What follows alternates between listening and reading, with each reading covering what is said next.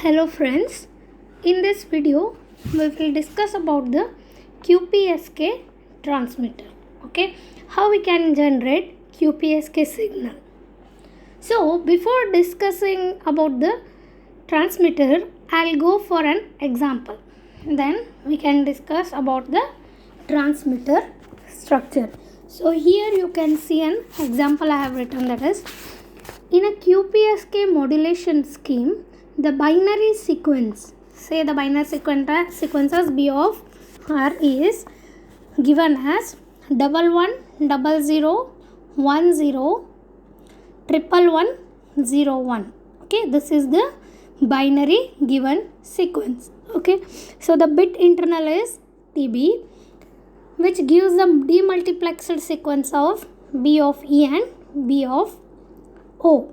Assuming NRZ polar waveform, sketch the sequences for BI, BE and BO. Okay. Here in this, first write down the given sequence. Okay.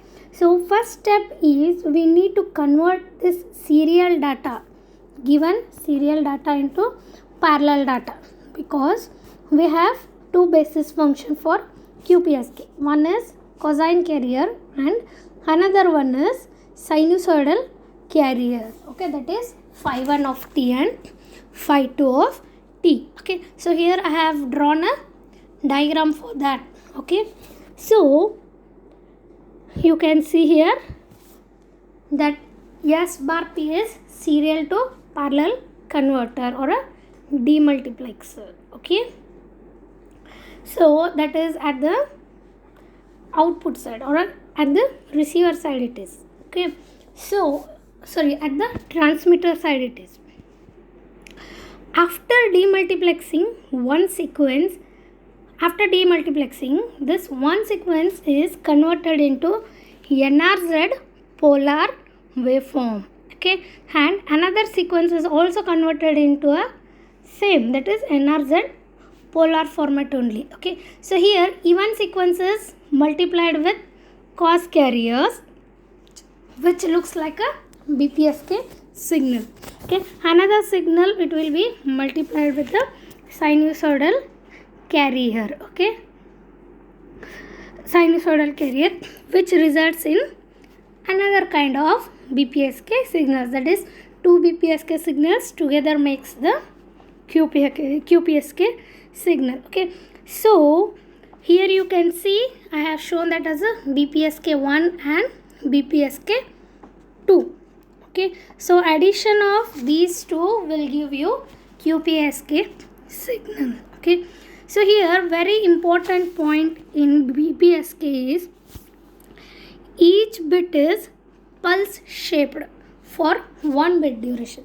Each bit is pulse shaped for 1 bit duration, whereas in QPSK 2 bits are pulse shaped for 1 bit duration. Okay, 2 bits are pulse shaped for 1 bit duration. This is the major difference between BPSK and QPSK. Okay, so now going back to the example, the demultiplexer or a serial to parallel converter will split the given data into even and odd bits. Okay, so here you can see I have splitted that as into even and odd bits as 1 0. The given data itself is splitted in 2 bits, that is even bits and odd bits, and is given name as B of E and B of O. Okay, so for this I need to draw a NRZ waveform. Okay, NRZ, why NRZ waveform? Because from the diagram the bits after splitting into even and odd converted they are converted into NRZ polar format, and for QPSK we have to consider 2 bits each for pulse shaping. Okay, so here you can see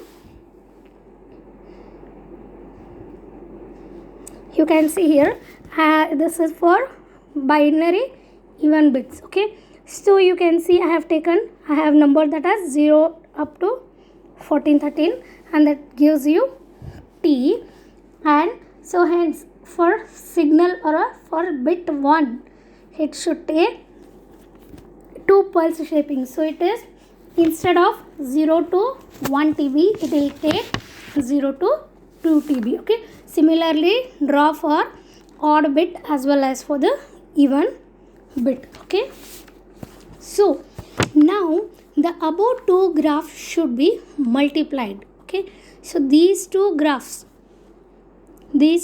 should be multiplied with phi 1 of t and phi 2 of t. Okay, so phi 1 of t and phi 2 of t multiplied.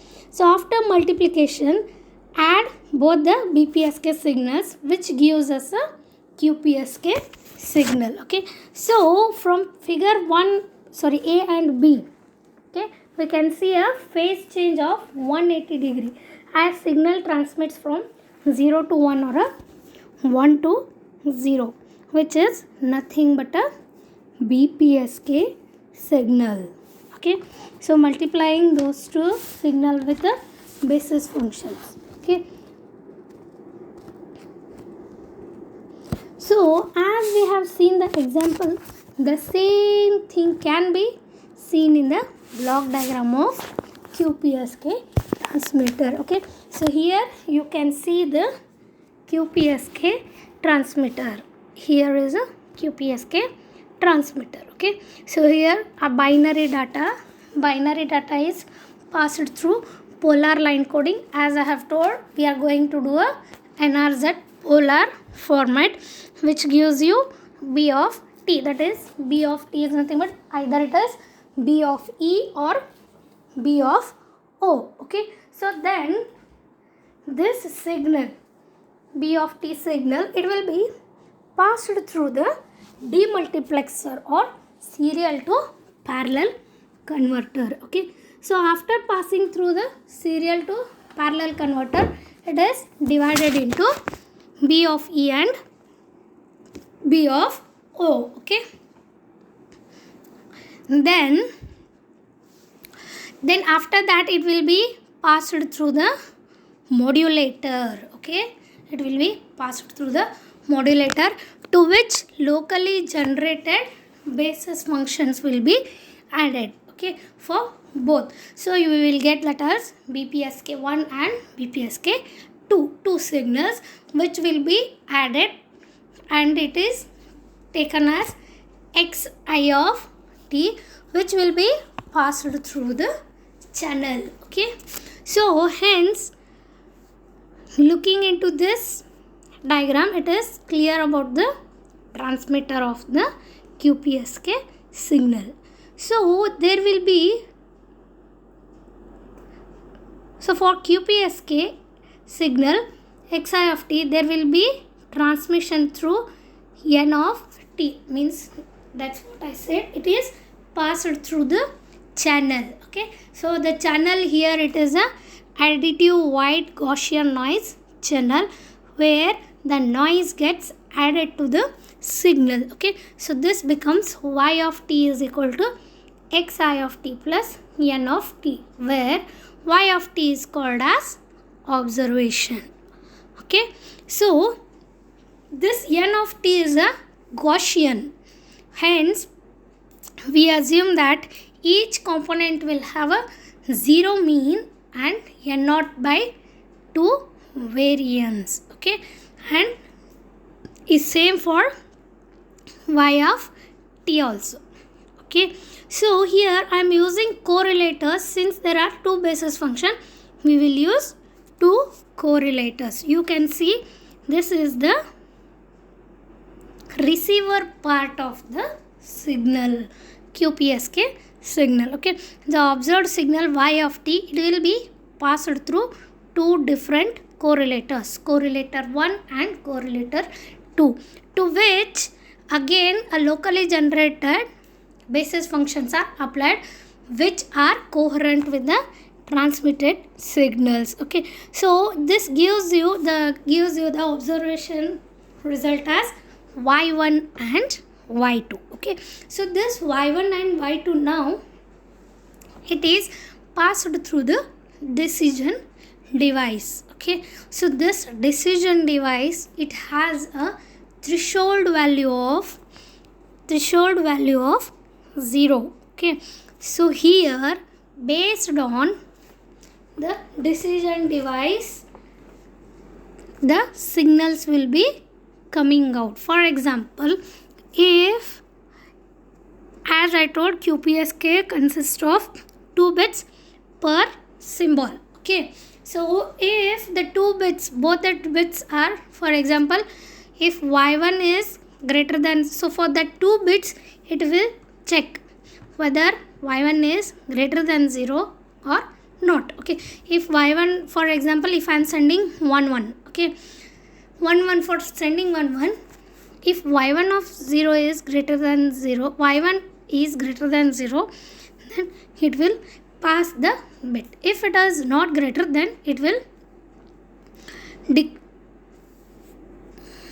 discard that bit. Okay, similarly the second decision device also makes same format. Okay, so by this only one signal or only one bit will be passed from both the correlators. One bit from correlator 1 and one bit from correlator 2, which will be passed through a multiplexer or a mux. Okay, so what mux does is, again it converts that signal which is converted as even and odd signal to parallel signal. Okay, so and the signal will be passed through the destination.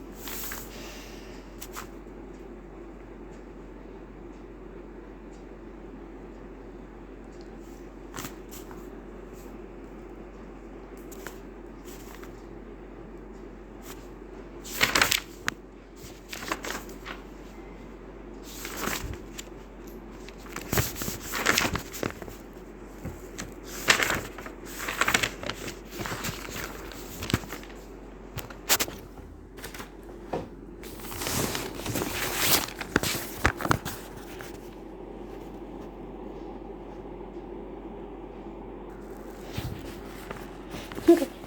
Here in QPSK there are 4 possible transmitted signals, that is m is equals to 4.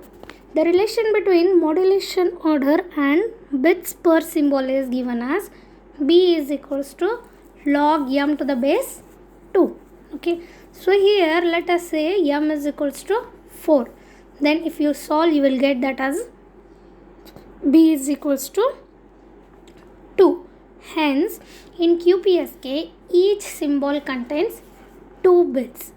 It is also called as die bit. Okay, for each die bit combination, a phase angle is used. Hence, it is called as QPSK. Means there are totally 4 phase angles. So usually the relationship between bit duration and symbol duration is given as T is equals to TB log m to the base 2. Okay, where T is the symbol duration, TB is the bit duration. Okay, if you solve this for m is equal to 4, you will get T is equals to 2 TB. Okay, so now let us write the expression for this ith transmitted signal, that is xi of t. Okay, so xi of t is the ith transmitted signal. Okay, so this xi of t, it is given as root e by t cos of 2 pi f ct plus 2i minus 1 pi by 4, where i is equals to 1 to 4. Hence there are 4 signal are present, that is x1 of t, x2 of t, x3 of t and x4 of t. Okay, in earlier BPSK, xi of t was root 2 EB by TB, where EB is the bit energy and here TV is the bit duration. Okay, but in a QPSK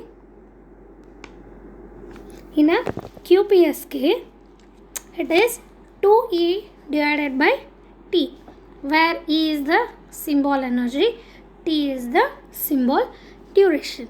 Hence the time period will be lasting between 0 to capital T. Okay, so let us substitute this I is equal to 1 to 4 in the equation 2. Hence you can see here I have written up to x1 of t is equals to root e 2e divided by t cos of 2 pi of ct plus pi by 4. For x2 of t it will be 3 pi by 4. For x3 of t it will be 5 pi by 4. And for x4 of t it will be 7 pi by 4. Okay, so based on this we can have a constellation diagram or a signal space diagram. Okay, so based on this equation we can have a constellation diagram or a signal space diagram. So in order to draw the constellation diagram or a signal space diagram, consider the equation xi of t which was solved in a previous slide. Okay, so here if we observe this, the equation xi of t, here it resembles the trigonometric identity, that is cos of a plus b, and we know that cos of a plus b is equals to cos a into cos b minus sin a into sin b. Apply this equation, apply this identity to the given equation. So if you write that, so you will get that as xi of t is equals to root 2e divided by t cos of 2 pi f ct into cos of 2i minus 1 pi by 4 minus sin of 2 pi f ct into sin of 2i minus 1 pi by 4. Say this as equation 3. Okay, hence the basis functions are phi 1 of t is equal to root 2 divided by t cos of 2 pi f ct, and phi 2 of t will be root 2 by t sin of 2 pi f ct. These are quadrature carrier and they are orthogonal to each other, the basis function. Okay, so let us rewrite the above equation, that is equation 3 in terms of basis function. Okay, so as QPSK is a two-dimensional, here n is equal to 2 and there are 4 possible transmitted signal, m will be equals to 4. Okay, so this shows that n is less than m. Okay, so xi of t in terms of basis functions will be xi of t is equal to root e cos of 2i minus 1 pi by 4 into phi 1 of t minus root e sin of 2i minus 1 pi by 4 into phi 2 of t. Say this as equation 4. Okay, so in equation 4 the first term is considered as x coordinate and second term will be considered as y coordinate. Okay, as I told, it is a two-dimensional diagram. Okay, hence the constellation diagram can be drawn as shown here. So as it is in the given previous equation, put the value of I is equal to 1 to 4. So if we do that, then you will get in a first quadrant it will be pi by 4 will be 1 by root 2, 1 by root 2, and for 3 pi by 4 it is minus 1 by root 2 and 1 by root 2. For third quadrant 5 pi by 4 it is minus 1 by root 2, minus 1 by root 2, and for 7 pi by 4, that is fourth quadrant, it is 1 by root 2 and minus 1 by root 2. Okay, so we already know that each dye-bit combination is represented by an angle. Okay, so let us form a table for this. So the table, the columns are dye-bit, phase angle and message coordinates. In the message coordinates there are two messages, that is xi1 and xi2. The phase angles we already know, it is pi by 4 to 7 pi by 4. Okay, so now multiply these xi of 1 and xi of 2 with root e and minus root e for this above graph. Okay, so here you can see you will get this table. Okay, so based on this table we can write the dye-bit based on xi1 and xi2. Write down the dye-bit as, if xi for root e it is 1, for minus root e it will be 0. Okay, like that if you write it will be given as shown here. Okay, so this table constitute signal space diagram. Okay, so to map these corresponding dye-bits, so each 2-bit combination there are 4 possibilities, that is 0 0 to 1 1. Okay, negative sign is mapped to 0 and positive sign will be mapped to 1. Okay, so for this let us draw the constellation diagram. So here you can see the constellation diagram. The above E diagram is a 2-dimensional phi1 and phi2. The noise at each receiver will be added and noise is also 2-dimensional. Okay, hence because of the noise we won't get the message in the same location. Okay, or message coordinates will not be in same location. Okay, all these 4 message coordinates have the same magnitude. They have same magnitude, only the phase angle is varying.